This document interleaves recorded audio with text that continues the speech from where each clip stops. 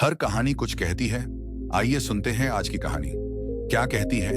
एक समय की बात है जब भगवान गौतम बुद्ध अपने प्रिय शिष्य आनंद के साथ मगध राज्य के एक घने जंगल से होकर गुजर रहे थे। चारों ओर ऊंचे ऊंचे वृक्ष, पक्षियों की मधुर चहचहाहट और बहती हुई नदी की कलकल ध्वनि वातावरण को दिव्यता से भर रही थी। सूर्य की किरणें पत्तों के बीच से छनकर धरती पर पड़ रही थीं, मानो प्रकृति स्वयं उनका स्वागत कर रही हो। जंगल में चलते हुए आनंद ने देखा कि एक घायल हिरण कराह रहा था। वह तुरंत उसके पास गया और बोला, भंते, यह निरीह प्राणी पीड़ा में है, क्या हमें इसकी सहायता नहीं करनी चाहिए? बुद्ध ने प्रेम पूर्वक उत्तर दिया, निश्चय ही आनंद, करुणा ही सबसे बड़ा धर्म है। आनंद ने तुरंत अपने वस्त्र का एक टुकड़ा फाड़कर हिरण के घाव पर बांध दिया। बुद्ध ध्यान से उसे देख रहे थे और बोले, देखो आनंद, जब तुमने इस हिरण की सहायता की, तुम्हारा हृदय प्रेम और दया से भर गया। यही सच्ची साधना है। आगे बढ़ते हुए बुद्ध और आनंद एक विशाल वटवृक्ष के नीचे रुके। आनंद ने चिंतित होकर पूछा, भगवान, संसार में दुख इतना अधिक क्यों है? बुद्ध ने शांत स्वर में उत्तर दिया, आनंद, यह संसार परिवर्तनशील है। सुख दुख एक सिक्के के दो पहलू हैं। जिस प्रकार यह जंगल हरा भरा भी है और इसमें हिंसक पशु भी रहते हैं, उसी प्रकार जीवन में भी सुख दुख का संगम होता है। उसी समय एक वृद्ध लकड़हारा वहां आया जिसकी आंखों में आंसू थे। उसने बुद्ध को प्रणाम किया और बोला, भंते, मेरा पुत्र मुझे जंगल में अकेला छोड़ गया, अब मैं कहां जाऊं? बुद्ध ने प्रेम से कहा, हे वत्स, जिस प्रकार वृक्ष अपनी छाया सभी को देता है, वैसे ही हमें भी बिना किसी अपेक्षा के प्रेम और सहारा देना चाहिए। जाओ, अपने पुत्र के प्रति क्रोध मत रखो, प्रेम से उसे समझाओ। वृद्ध ने बुद्ध के चरण स्पर्श किए और कहा, आपकी वाणी ने मेरी आंखें खोल दी। मैं अब अपने हृदय से क्रोध मिटा दूंगा और अपने पुत्र से प्रेम पूर्वक मिलूंगा। आनंद यह सब देख रहा था। उसने बुद्ध से कहा, भंते, अब मैं समझ गया कि प्रेम और करुणा से ही मनुष्य सच्चे आनंद को प्राप्त कर सकता है। बुद्ध मुस्कुराए और बोले, आनंद, यही मेरा संदेश है। जब तक यह जगत है, प्रेम और करुणा की धारा बहती रहनी चाहिए। जंगल में आगे बढ़ते हुए वे एक नदी के किनारे पहुंचे। वहां उन्होंने देखा कि एक बिच्छू पानी में डूब रहा है। बुद्ध ने उसे बचाने के लिए हाथ बढ़ाया, लेकिन बिच्छू ने उन्हें डंक मार दिया। फिर भी बुद्ध ने उसे बचाने का प्रयास जारी रखा। आनंद ने आश्चर्यचकित होकर पूछा, भंते, यह बिच्छू आपको बार बार डंक मार रहा है, फिर भी आप इसे बचाने का प्रयास क्यों कर रहे हैं? बुद्ध ने उत्तर दिया, आनंद, बिच्छू का स्वभाव डंक मारना है, लेकिन मेरा स्वभाव करुणा है। वह अपने स्वभाव के अनुसार कार्य कर रहा है और मैं अपने स्वभाव के अनुसार। हमें अपने धर्म का पालन करना चाहिए, चाहे परिस्थितियां कैसी भी हों। आगे बढ़ते हुए वे एक गांव में पहुंचे जहां लोग एक पेड़ को काट रहे थे। आनंद ने पूछा, भंते, ये लोग इस हरे भरे पेड़ को क्यों काट रहे हैं? बुद्ध ने उत्तर दिया, आनंद, कभी कभी मनुष्य अपने स्वार्थ के लिए प्रकृति का दोहन करता है, बिना यह सोचे कि इसका परिणाम क्या होगा। हमें सिखाना होगा कि प्रकृति के साथ संतुलन बनाकर चलना चाहिए। बुद्ध ने गांव वालों को समझाया, जैसे यह पेड़ तुम्हें फल, छाया और हवा देता है, वैसे ही तुम्हें भी इसे संरक्षण देना चाहिए। यदि तुम इसे काट दोगे तो आने वाली पीढ़ियां इन लाभों से वंचित रह जाएंगी। गांव वाले बुद्ध की बातों से प्रभावित हुए और उन्होंने पेड़ को नहीं काटने का निर्णय लिया। रात्रि होने पर बुद्ध और आनंद एक आश्रय की खोज में थे।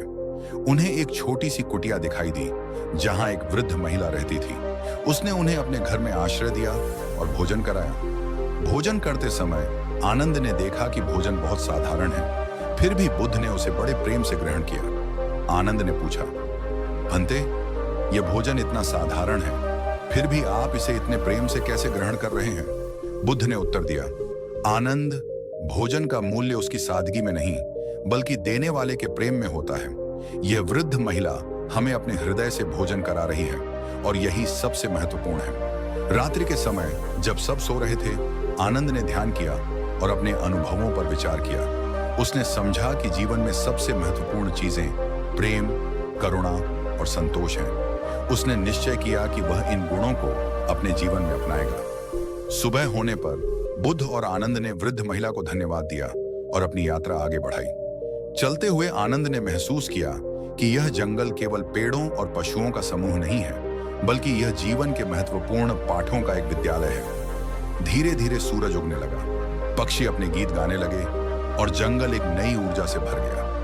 आनंद ने बुद्ध की ओर देखा और मुस्कुराया। उसने समझ लिया था कि सच्चा ज्ञान केवल पुस्तकों में नहीं, बल्कि जीवन के अनुभवों में छिपा होता है। गौतम बुद्ध अपने प्रिय शिष्य आनंद के साथ एक जंगल से गुजर रहे थे। जंगल बहुत घना और शांत था, लेकिन उसमें कई प्रकार के जीव जंतु रहते थे।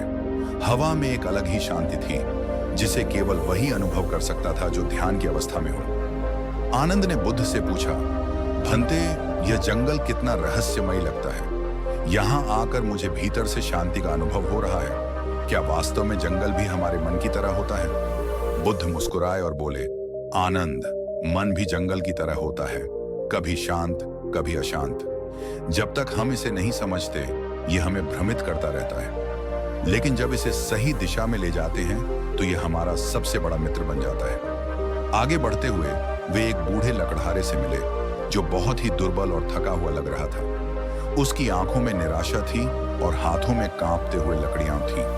उसने बुद्ध को देखा और हाथ जोड़कर कहा, भंते, मैं बहुत दुखी हूं। मैं दिन भर लकड़ियां काटता हूं, लेकिन फिर भी मेरा जीवन सुखी नहीं है।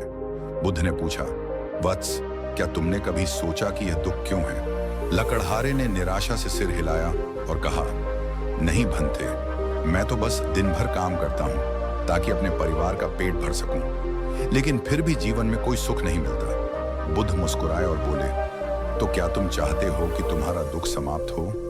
लकड़हारे ने झट से कहा, हाँ भंते, यदि आप कोई उपाय बता सकें तो मैं आपका ऋणी रहूंगा। बुद्ध ने लकड़हारे से कहा, जंगल में एक बहुत ही कीमती चीज छिपी हुई है। यदि तुम उसे पा सको तो तुम्हारा सारा दुख समाप्त हो जाएगा। लकड़हारा आश्चर्यचकित हो गया। उसने पूछा, भंते, वह चीज क्या है? बुद्ध ने मुस्कुराते हुए कहा, तुम्हें खुद ही खोजना होगा। तुम जितना गहराई में जाओगे उतना अधिक लाभ होगा। लकड़हारा तुरंत जंगल में लकड़ियां छोड़कर और गहराई में जाने लगा।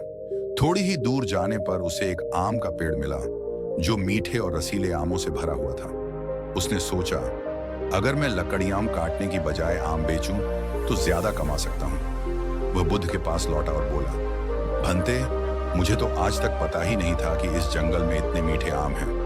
मैं अब लकड़ियां काटने की बजाय आम बेचूंगा। बुद्ध ने कहा, यह तो अच्छा विचार है, लेकिन यदि तुम और गहराई में जाओ तो तुम्हें और भी कुछ मिल सकता है।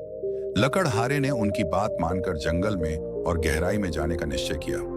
लकड़हारा और आगे बढ़ा। कुछ ही दूर जाने पर उसे एक गुफा मिली, जिसमें सोने और बहुमूल्य पत्थर पड़े थे। वह चौंक गया और खुशी से कांपने लगा। वह दौड़ता हुआ बुद्ध के पास आया और बोला, भंते, मुझे तो सोने का खजाना मिल गया। अब मैं सबसे अमीर आदमी बन जाऊंगा। बुद्ध मुस्कुराए और बोले, वत्स, क्या अब तुम्हें और आगे जाने की आवश्यकता नहीं है? लकड़हारे ने कुछ देर सोचा और कहा, भंते, अब तो मुझे और कुछ नहीं चाहिए। मेरे पास बहुत धन आ गया है। बुद्ध बोले, पर यह धन कब तक रहेगा? यदि कोई इसे तुमसे छीन ले तो? लकड़हारा चुप हो गया। बुद्ध ने आगे कहा, जिस प्रकार तुमने पहले लकड़ियों को छोड़ा और आम पाए, फिर आम को छोड़ा और खजाना पाया, उसी प्रकार यदि तुम इस खजाने को भी छोड़ दो तो तुम्हें वह सबसे कीमती चीज मिलेगी जो कभी नष्ट नहीं होती। लकड़हारा अब और अधिक जिज्ञासु हो गया। उसने साहस करके अपनी संपत्ति वहीं छोड़ दी और आगे बढ़ गया। आगे जाकर उसने ध्यान किया। कुछ ही देर में उसे एहसास हुआ कि उसके भीतर एक अनोखी शांति फैल रही है। उसे ऐसा अनुभव होने लगा मानो सारा संसार एक ही है और सभी में प्रेम और करुणा बह रही है। वह वापस बुद्ध के पास आया और रोते हुए बोला, भंते, मैं अब समझ गया कि असली खजाना सोना चांदी नहीं बल्कि आत्मज्ञान है। मैंने जब भी कुछ छोड़ा मुझे उससे भी बेहतर चीज मिली, और जब मैंने सब कुछ छोड़ दिया तब मुझे सच्ची शांति मिली। बुद्ध ने प्रेम से कहा, वत्स, यही जीवन का सत्य है। जितना अधिक हम बाहरी चीजों से जुड़ते हैं उतना अधिक दुखी होते हैं, लेकिन जब हम उन्हें छोड़ देते हैं और अपने भीतर झांकते हैं तो हमें सच्चा आनंद मिलता है। लकड़हारा अब पूरी तरह से बदल चुका था। वह अपने पुराने जीवन की ओर नहीं लौटा, बल्कि गांव जाकर सभी को करुणा, प्रेम और सादगी का महत्व सिखाने लगा। आनंद ने यह सब देखा और बुद्ध से कहा, भंते, आज मैंने सीखा कि त्याग से ही सच्ची प्राप्ति होती है।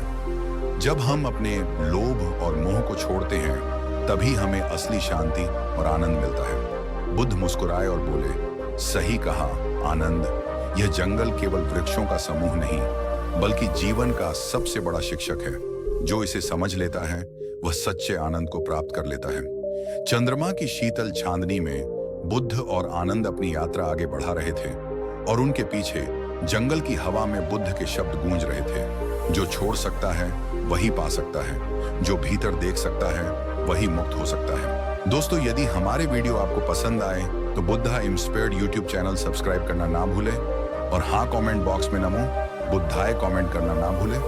फुल वीडियो देखने के लिए आपको बहुत बहुत धन्यवाद।